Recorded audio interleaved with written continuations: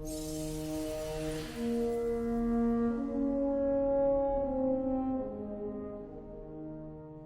up, guys? It is Baltimore Dude. I wanted to go over a few tips and tricks with you for the Oryx challenge because I have noticed in the forums a number of you are struggling with that particular challenge. It's not a real hard challenge.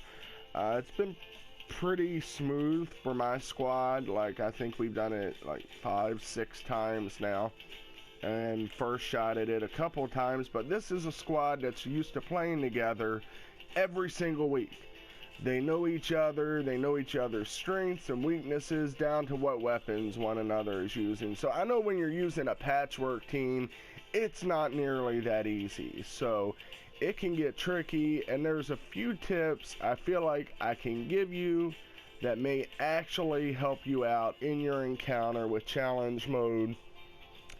And of all the challenges, this is the one you absolutely do not want to miss because the loot is epic. The first drop we got was just mind-numbingly good. At the end of the day, after 3 characters, we came out with four 320 primaries and a whole fucking backpack of other shit that was immensely useful. I'm a firm believer that any drop you get is a valuable drop, because even if you end up not using it as a primary or something you use on the regular, it's still going to be useful as infusion. Okay, like when I went and got my middle multi-tool, I could instantly take it to 310 because I saved all that stuff. All that stuff people were like, I don't know, it's too low, it's not worth it. I saved it. So all those things are keepers, but that's not why we're here. We're here to talk about challenge mode and 320 loot. You have to get this challenge done. It's really not that bad. The whole premise of it is you collect up all your bombs. You're going to see 3 shades, 4 sets of ogres, and there's a whole bunch of this and that going on in between. First and foremost, you got to have communication, man. Like, you need to know what's going on at all times. Be calm. Don't throw other teammates under the bus. If somebody goes down, don't start the whole, why'd you do this, why'd you do that? Everything starts to unravel when you do that. So stay calm. Keep communicating with each other. Be courteous to one another. Throw out reminders. Hey, everybody reloaded.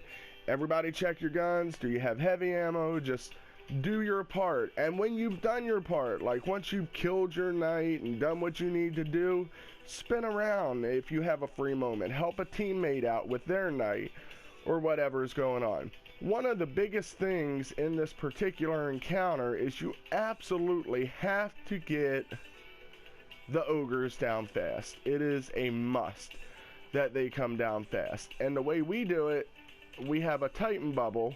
We'll put one right here, and if we have it, we'll put one right over here. We've got 2 people. If you have sleeper simulants, they are absolutely amazing. 2 shots will melt an ogre. So you got 2 people here with the sleeper, the guy on the plates taking shots at him.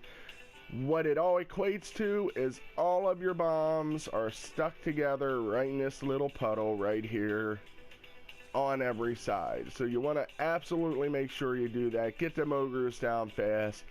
Get them cross shots on your knight. Remember, your knight's on the opposite side. 2 shots to the head will take him down. Depending on your sniper, 1 headshot and 1 anywhere shot will kill him. Stay busy at all times. Like, once you fulfilled your obligation with your ogre and your knight, look around, man. If there's something to shoot it. If you find a place to throw a bubble or tether something, do it. And speaking of tethers, like once you take your ogres down and you flinch Oryx, then you're going to be in the middle inside the aura cleaning up ads. If you've got a couple of hunters to tether this side and this side, and you clean them ads up, and once you do that, stay in the aura, because you're going to have the aura a long ass time. There's no reason to come out of it and take a risk.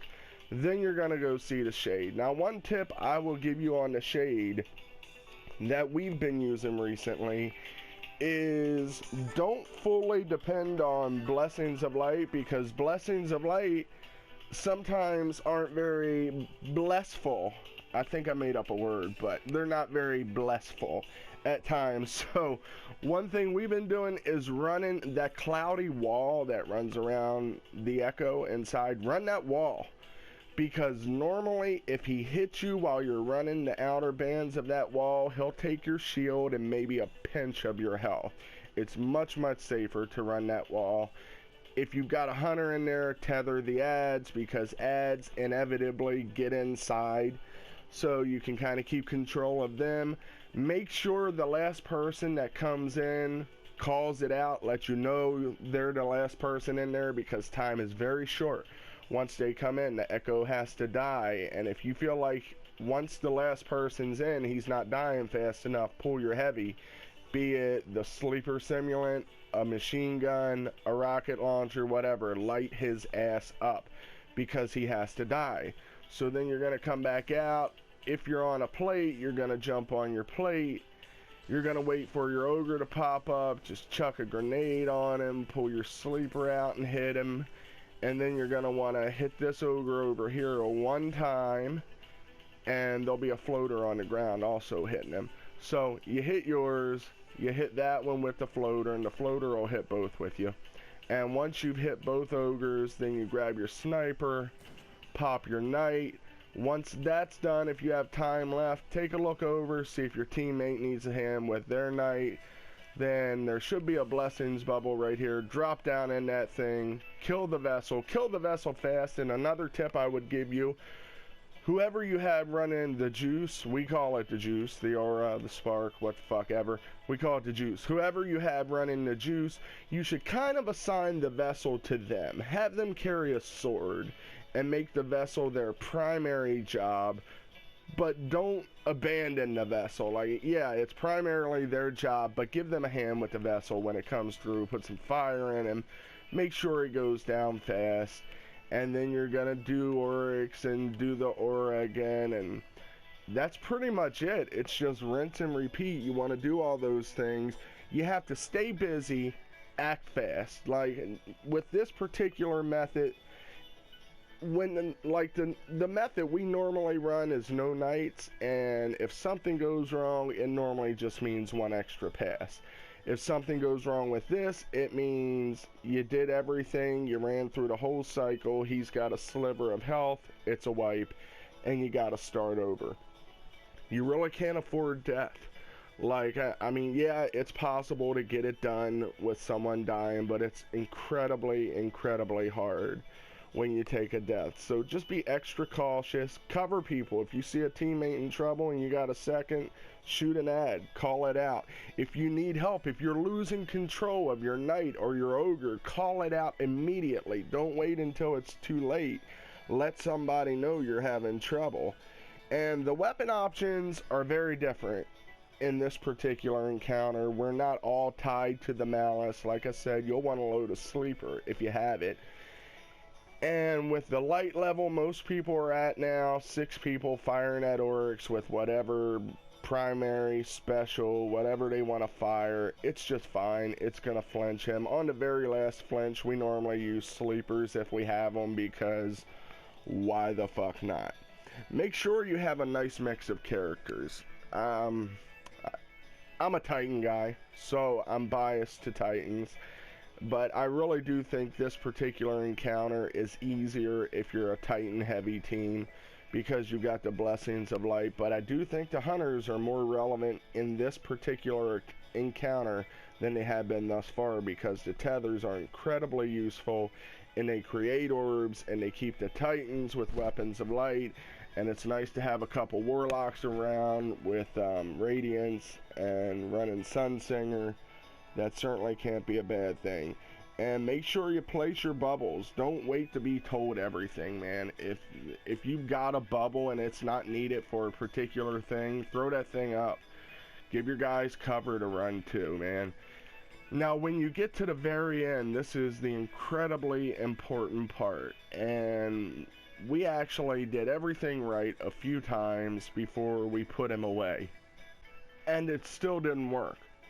but we could not figure out why it didn't work. And then we figured out it was simply timing. Your timing has to be absolutely impeccable with the bomb. So the way we do it is 2 counts. Well, it's actually 3 stops, 2 counts. What we'll do, we get everyone in position, and you can see the aura around the bombs, like that that black funk around it, which normally is here-ish. And you want to get in position, have everyone call out ready. When you hear 4 readies, then you want to start your countdown. Whoever's counting 3, 2, and on 1, jump in your bombs. Then you want to have whoever's in the middle to continue shooting at Oryx, and also have them count 1 to 5. Stay in your bombs from 1 to 5, because if you do not stay long enough, bad things can happen. On 5, haul ass back to the middle. Wherever Oryx is, let's say he's over here, just light his ass up. Primary, special, heavy, whatever. Keep shooting at him, because it deters him from the notion of moving. And there's a strong theory that should he move, it can fuck up the entire detonation process. He won't take full damage, and you want to shoot a kitten and kill your grandmother. So make sure you fire at him when you get back. And one more time, like, you're going to want to do 3 points, man. Do your ready. Everyone call out ready. 1, 2, well, we like to count down from 3, but it's whatever you like. So it's 3, 2, and on 1, step into bombs. Then the guy in the middle will 1, 2, 3, 4, 5. Everybody back to the middle. Shoot at Oryx. If all goes well, then he'll head to the front. He'll have no health. You go up there, you wave at him, do a little dance, put some fire in him, collect your loot, call it a day. One more tip I will give you. Every character has something they can use when they go to their bombs. So when you hit that 1 count and you're standing here, if you're a Titan, and what am I on? I'm gonna slam right now, but let's pretend this is a bubble. If you're a Titan, man, put your bubble up, okay? There's no reason to take your risk if you don't have to. If you're a Warlock, pop your Radiance, get that extra shield. If you're a Hunter, throw smoke at your feet, get invisible, make sure you don't take fire. You might as well pop all your supers, because this is the do or die moment, and any extra protection you can give yourself while your dudes in the middle are giving you your 1 to 5 count to come back, you absolutely want to take advantage of that. And one more thing, the dudes in the middle, I think I mentioned it, but make sure they keep firing at Oryx while the other 4 are detonating the bombs. And that's pretty much it. That's our tips. And I really think with this encounter, it's not any one big thing. It's in all the little things you do, like that. Like all the things I've told you about. Those are the things that make a difference. I know you all know the premise of the encounter. And and a lot of people have already completed it. But I've saw a lot of people in the forums. I can say forums, I promise. I used to speak English at one time. All the people in the forums, many have completed it, and they're giving people that have not completed it a hard time rather than helping them. But I and my wife, we both play the game. We're very fortunate to have an incredibly good crew that sticks together, but I know not everyone has that luxury. And a lot of people are working with LFG squads and just patchwork teams and whoever they can pull together. So those are some tips that will help you pull your team together, get communicating, get on the same page, and a few weapon and count tips that will absolutely make it an easier encounter. And you guys also can take part in the absolutely epic loot that is dropping at the Oryx Challenge. So I hope this has helped you out.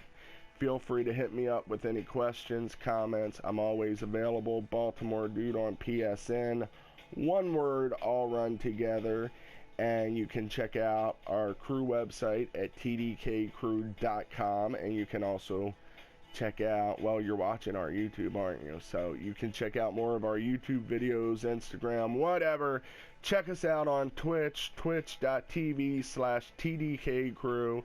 We got many events coming up. I hope the video's been helpful. Thanks for watching.